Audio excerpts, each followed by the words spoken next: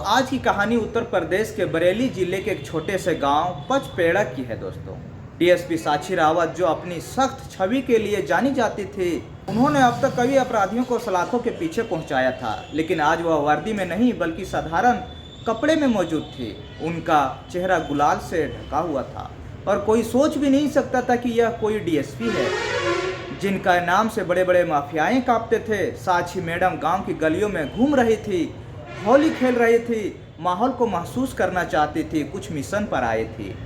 उन्होंने देखा, पहचाना, कोई नहीं जान सकता था पुलिस अफसर, लेकिन उसी बीच में एक एंट्री होती है दरोगा सिंह की। दोस्तों दरोगा इलाके का बेहद चालाक और भ्रष्ट दरोगा था।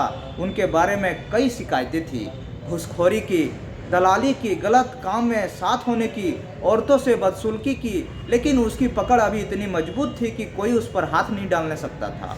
होली के नशे में धूत दरोगा जब वहां पहुंचा तो उसकी नज़र एक लड़की पर पड़ी जो बाकी महिलाओं के साथ रंग खेल रही थी। उसके बाल खुले थे, चेहरा गुलाल से ढका था, लेकिन उसकी चाल ढाल यह सब बाकी लड़कियों और औरतों से अलग था। दोस्तों दरोगा उसकी ओर बढ़ा। पहले उसने हल्के अंदाज में रंग लगाने की कोशिश की, फिर हाथ पकड़कर खींचते हुए धीमे से फुसफुसाया। दोस्तों कहाँ से आई लगती हो, तुम्हारे लिए सब कुछ आसान हो कर दूंगा, बस एक बार मौका दो, राजा साहब तुम्हें खोने नहीं देंगे। साक्षी के कानों में यह शब्द पड़ते उसके अंदर गुस्से की लहर आग की तरह दौड़ गया, लेकिन वह चुप रही। वह देखना चाहते थे कि यह आदमी, यह दरोगा किस हद तक जाता है। दरोगा के चेहरे पर एक अजीब से आत्मविश्वास था। वह जानता था कि गांव की लड़कियां अक्सर उनकी बातों में आ जाती है, कभी डर से, कभी प्यार से, तो कभी लालच से। उसने साक्षी का हाथ पकड़ा और धीरे से कहा, होली है मैडम जी, ऐसे ना नखरे करो, राजा साहब का दिल आ गया है, तुम पर एक बार हाँ कर दो, फिर देखो मजा। साक्षी की नखरों आंखों में गुस्से की लपेटें जल रही थी, लेकिन चेहरे पर कोई भाव नहीं आया। जानबूझकर पीछे हटी और हल्के से मुस्कुराकर बोली, अच्छा, और अगर मना कर दूँ तो? दरोगा और नशे में घूरते हुए बोला, मनवता क्या करना, जो राजा साहब चाहता है वह पाकर ही रहता है, चाहे प्यार से चाहे गुस्से से। अब साक्षी को यकीन हो गया कि यह आदमी सिर्फ रंग में नहीं बल्कि अपने असली घिनौने ढंग में भी है। वह जानबूझकर भीड़ से थोड़ा अलग एक पेड़ के पास खड़ी हो जाती है और जैसे ही दरोगा उसके करीब आया वह झटके से मुड़ी और एक चाट उसके गाल पर जोरदार थप्पड़ मार देता है। दरोगा का गाल पर भीड़ में अचानक सन्नाटा छा गया। रंग खेलते लोग ठहर गए, ढोलक तबले बजना जो बंद हो चुके, सब हैरान से देख रहे थे। दरोगा जो होता है अब इस इलाका का सबसे दबंग आदमी था। उसका चेहरा तमाम और सनक गया, उसके नजरें झुकी और शर्म से झुके हुए बौखलाया और चीख कर बोला, जानती भी हो किससे पंगा ले रही हो? साक्षी जो होती है, ठंडे लहजे में जवाब दिया, पूरी तरह से, और अब तू जानता नहीं कि मैं तुझे थप्पड़ क्यों मारा।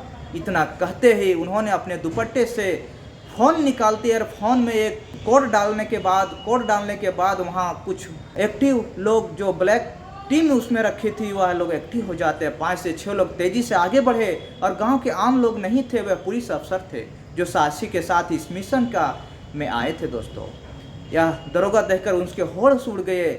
यह क्या कर रहे हो? उसने हल्का पूछा। साक्षी अब मुस्कुरा रही थी, उसने आंखों में ठंडी शक्ति थी। दरोगा जी, खेल खत्म है तुम्हारा।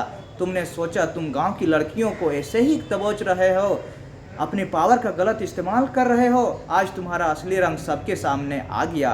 दरोगा ने भागने की कोशिश की, लेकिन अब बहुत देर हो चुकी थी। दोस्तों जो दरोगा की नज़रें तेजी से इधर उधर भागने के रास्ते ढूंढ रहे थे, लेकिन उसने तुरंत भीड़ का फायदा उठाने के लिए पीछे हटने की कोशिश की, लेकिन तभी डीएसपी साक्षी ने आगे बढ़कर उसकी कपड़े पकड़ ली। अब यहाँ भाग रहे हो दरोगा जी?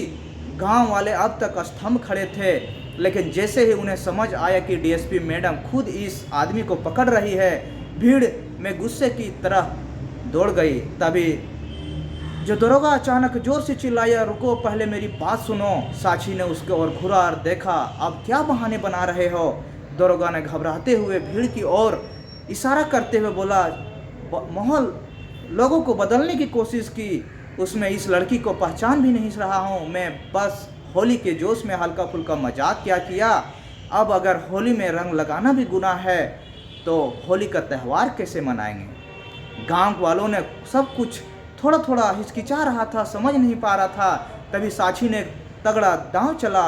उन्होंने फ़ोन से एक रिकॉर्डिंग चलाई, चाहो तो तुम्हारे लिए सब कुछ आसान कर सकता हूँ, एक बार मौका दो, राजा साहब तुम्हें खोने नहीं देंगे।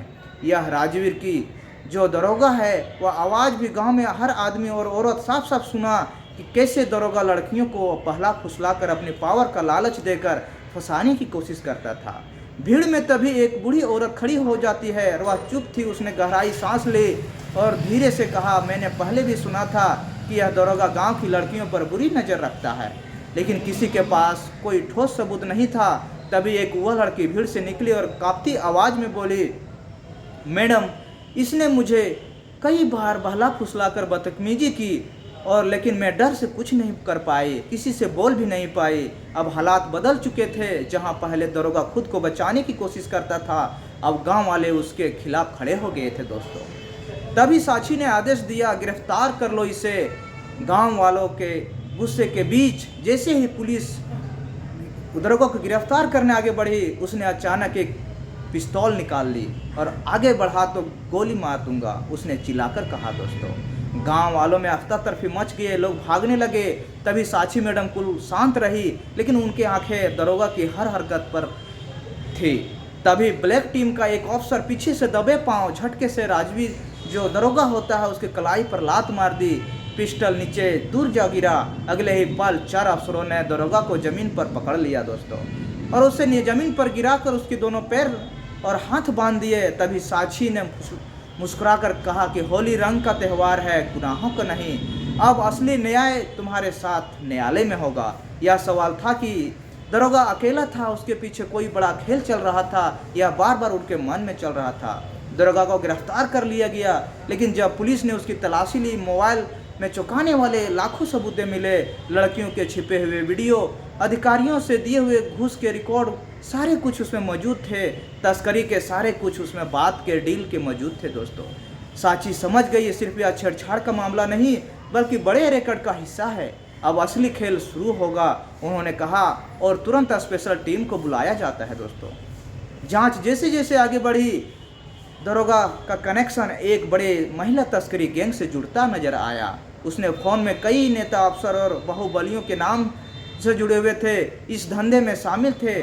डीएसपी साक्षी ने तुरंत स्पेशल ऑपरेशन लॉन्च करता है और दरोगा से पूछताछ करना शुरू कर देता है। पहले दरोगा तो बताने में चुप भी लगा देते हैं, लेकिन जब उसे सख्ती से पूछताछ की जाती है तो सब उगलना चालू कर देता है।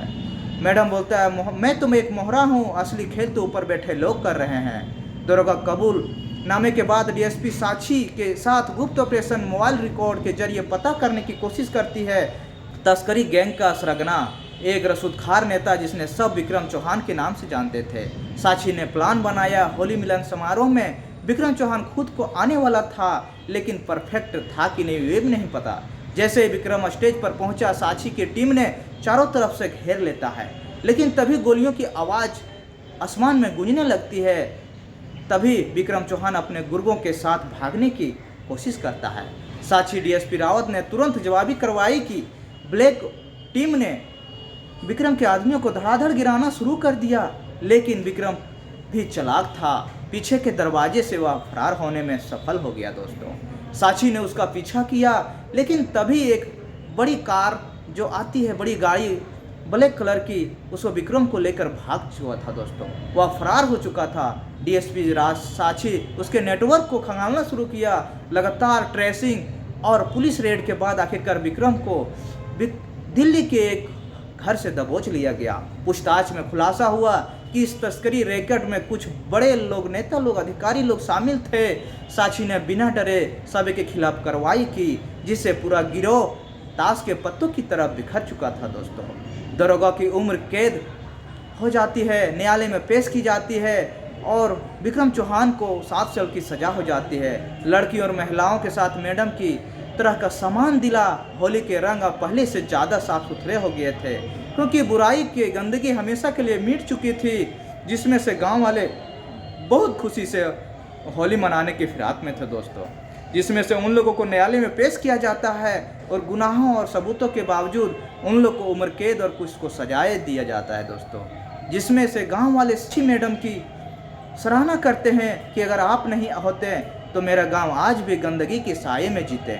दोस्तों, ये कहानी सुनाने का मकसद किसी की दिल या भावना को ठेस पहुंचाना नहीं है, बस समाज में इस तरह गंदगी हो रहे, अफवाहों, इस तरह से डर में के साये में जी रहे लोग को समझाना है दोस्तों कि आप लोग गलत के साथ हरदम लड़ने की कोशिश कीजिए, उसको सबक सिखाने की कोशिश कीजिए। आप लोग को क्या राय कमेंट है ज़रूर बताइएगा, और चैनल में नए हैं तो चैनल को सब्सक्राइब कर दीजिएगा। फिर मिलते हैं नए अपडेट के साथ, तब तक के लिए नमस्कार।